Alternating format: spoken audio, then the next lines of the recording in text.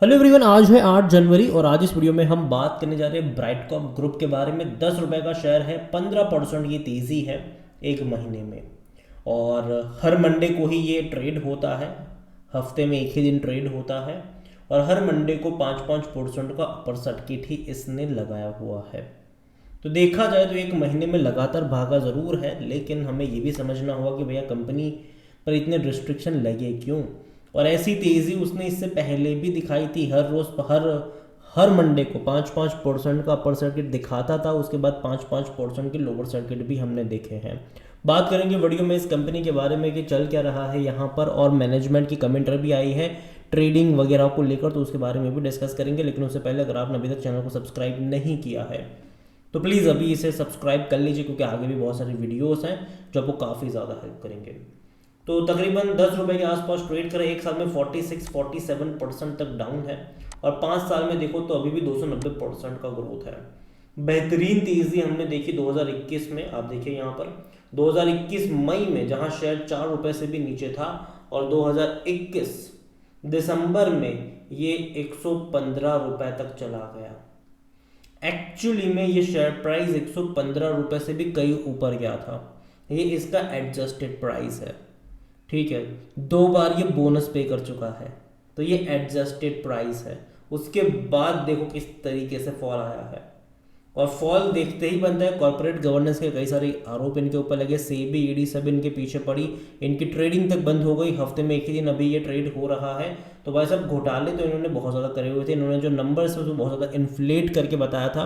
Profit और revenue जितना होता नहीं था उससे ज़्यादा इन्होंने रिपोर्ट करा था, जिसके चलते शेयर में तेज़ी आई। और इस तेज़ी में इन्होंने बिकवाली भी करी, इन्होंने फर्जी के राइट इश्यू भी करवाए थे। बहुत कुछ हुआ था यहाँ पर, बहुत सारी चीज़ें उस टाइम पर मैंने वीडियो बनाकर आपको बताया भी था कि स्टे अवे।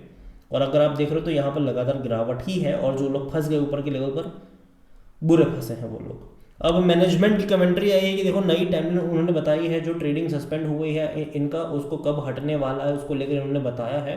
तो Brightcom group whose shares have been suspended from the trading for nearly 7 month. पिछले 7 महीने से इनकी ट्रेडिंग सस्पेंड हो रखी है। हफ्ते में एक ही दिन ये ट्रेड हो रहा है। और company is now confident that the revocation of the trading suspension will be completed with in a month of January. तो ये इसी जनवरी महीने में इनका जो रिवॉक हुआ है वो हट जाने का, ऐसा उनका मानना है।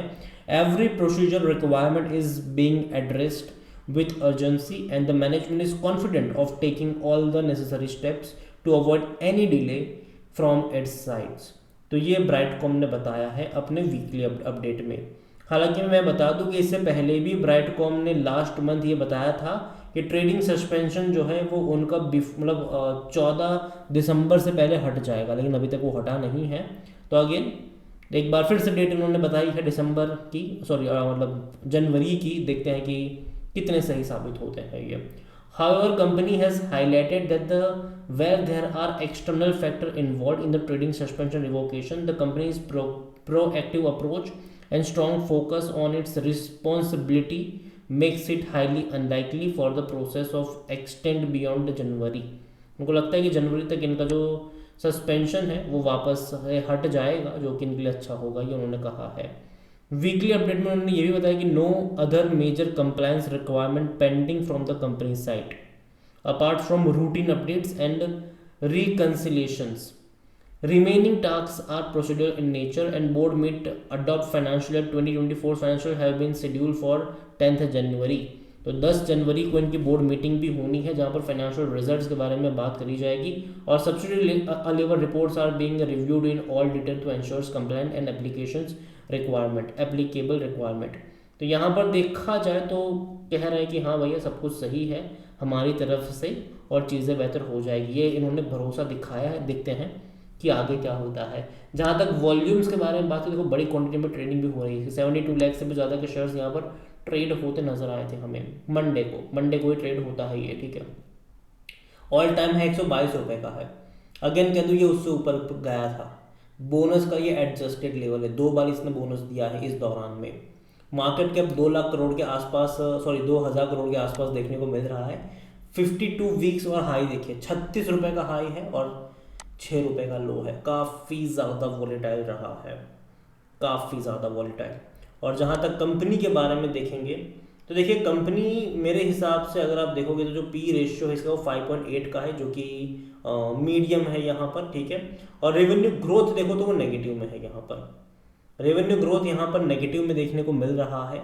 और कंपनी का जो यहाँ पर ऑपरेटिंग प्रॉफिट मार्जिन है वो 25% के आसपास का है। नेट प्रॉफिट अगर आप देखो तो वो डिक्लाइन हुआ है बहुत ज़्यादा। और अगेन मैं कह दूँ अभी भी इनके बहुत सारे क्वार्टर्स के रिजल्ट्स आए नहीं हैं, तो यहाँ पर उसके आने के बाद हम कुछ बता सकते हैं। अगर आप कंपनी की अगर हम बात करें तो सितंबर के लास्ट इनके रेवेन्यू अगर आप देखो तो यहाँ पर 110 करोड़ के आसपास के थे। कंपनी के पहले भी उतने ही थे रेवेन्यू, लेकिन कंपनी के प्रॉफिट पहले ज़्यादा हुआ करते थे, अब वो प्रॉफिट नहीं है, क्योंकि सेबी की जांच के बाद भाई साहब इन्होंने मतलब जो पहले बढ़ा चढ़ा कर प्रॉफिट दिखा रहे थे अब वो दिखाना कम कर दिया है इन्होंने, ठीक है, जो कि अच्छी बात है मेरे हिसाब से।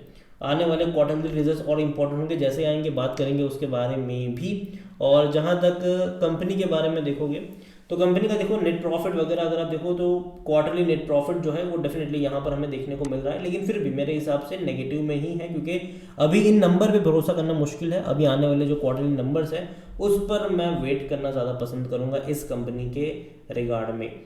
यहाँ पर प्रमोटर की होल्डिंग देखो कितनी है, 18% के आसपास की है। और अदर्स में पब्लिक की अगर आप देखो पब्लिक की यहाँ पर कितनी है भाई साहब, 72.62% की है, बहुत ज़्यादा है ये अदर और पब्लिक के मिलाकर, ठीक है। और यहाँ पर म्यूचुअल फंड के पास कितनी है, एफआईएस के पास यहाँ पर 9.01% का स्टेक है। म्यूचुअल फंड के पास बहुत माइनर होल्डिंग है, बहुत मतलब बहुत माइनर होल्डिंग है, बहुत ही छोटी होल्डिंग यहाँ पर म्यूचुअल फंड के पास है भी नहीं यहाँ पर, बहुत ही रेयर होल्डिंग मैं कहूँगा यहाँ पर जो है कि। और देखिए प्रमोटर ज़्यादा क्वांटिटी में है यहाँ पर, ठीक है, लेकिन फिर भी बहुत कम, इवन प्रमोटर ने बेचा था बहुत ज़्यादा, यहाँ पर प्रमोटर ने बेचा था अपना स्टेक। और अभी वो नहीं बेच सकते क्योंकि सेबी ने इनको मना किया कि भाई एक भी शेयर बेचिएगा नहीं आप, इसी वजह से प्रमोटर अब और शेयर मतलब और स्टेक यहाँ पर बेच नहीं सकते, लेकिन फिर भी ऑलरेडी बहुत कुछ वो पहले ही बेच चुके हैं। 2024 में जनवरी में बड़ी ब्लॉक डील्स हुआ करती थी, अभी नहीं हुई है। 2000 मतलब जनवरी के बाद कुछ भी नहीं हुआ है। हालांकि ब्लॉक डील्स भी कैसे होती थी पता है, जैसे कि ये ग्रेविटॉन रिसर्च हो गया, ठीक है, इन्होंने 31 जनवरी 2024 को 20 रुपये 14 पैसे पर खरीदारी करी, कितनी, 1 करोड़ 25 लाख से भी ज़्यादा के शेयर्स खरीदे, ठीक है। और उसी दिन 20 रुपये 14 पैसे की बाइंग और 20 रुपये 15 पैसे पर सब कुछ बेच दिया, 0.01 रुपीस का प्रॉफिट। तो ये बहुत होता है यहाँ पर, जो बड़े बड़े फंड हाउस होते हैं ना वो ये करते हैं, वो ये गेम खेलते हैं। यहाँ पर जैसे अगर आप देखोगे तो QE सिक्योरिटीज़ की अगर हम बात करें तो 10 जनवरी को उन्होंने 20 रुपये 20.84 रुपीज़ पे खरीदारी की थी, 1 करोड़ से भी ज़्यादा के शेयर्स, और उन्होंने 20.96 रुपीज़ पर बेच दिए शेयर्स। क्वांटिटी ज़्यादा होती है, बड़ा अमाउंट हो जाए तो फ़ायदा हो जाता है उनका। तो ऐसे में ये बड़ा गेम खेलते हैं ये सारे के सारे, कह सकते हैं कि भाई साहब ये लोग हैं, ठीक है।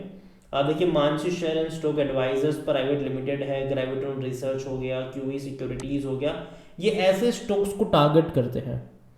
जब बड़ी क्वांटिटी में बाइंग होती है तो शेयर में तेज़ी आती है, फिर बाद में फ़ौरन वो लोग बेच भी देते हैं और छोटा इन्वेस्टर फंस जाता है इनके इस खेल में।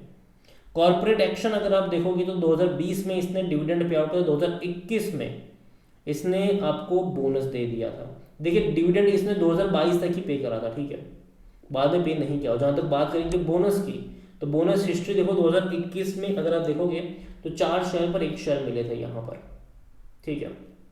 22 में क्या हुआ, 3 शेयर पर 2 शेयर बोनस के तौर पर मिले। तो देखा जाए तो ये गेम हुआ है यहाँ पर, बोनस का गेम हुआ है।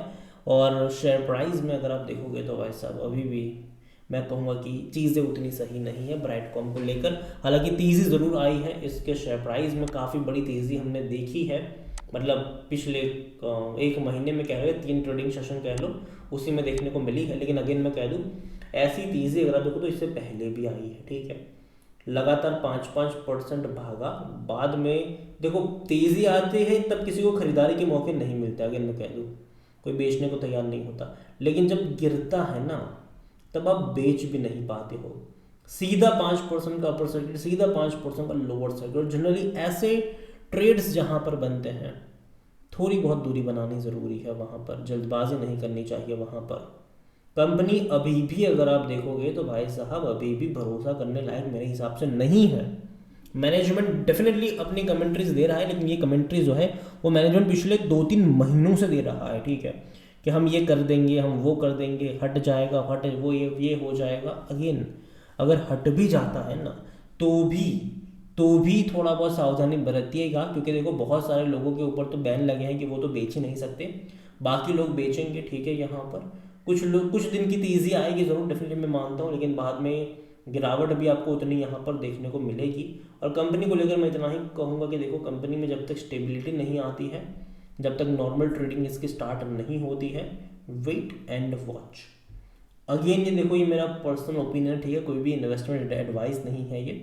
वीडियो को यहीं पे एंड करता हूँ। पसंद आया हो तो लाइक करो, शेयर करो, चैनल अगर पहली बार है तो प्लीज़ सब्सक्राइब करें। और ब्राइटकॉम ग्रुप के बारे में आप क्या सोचते हैं वो भी आप मुझे कमेंट में लिख के बता सकते हैं। Thank you.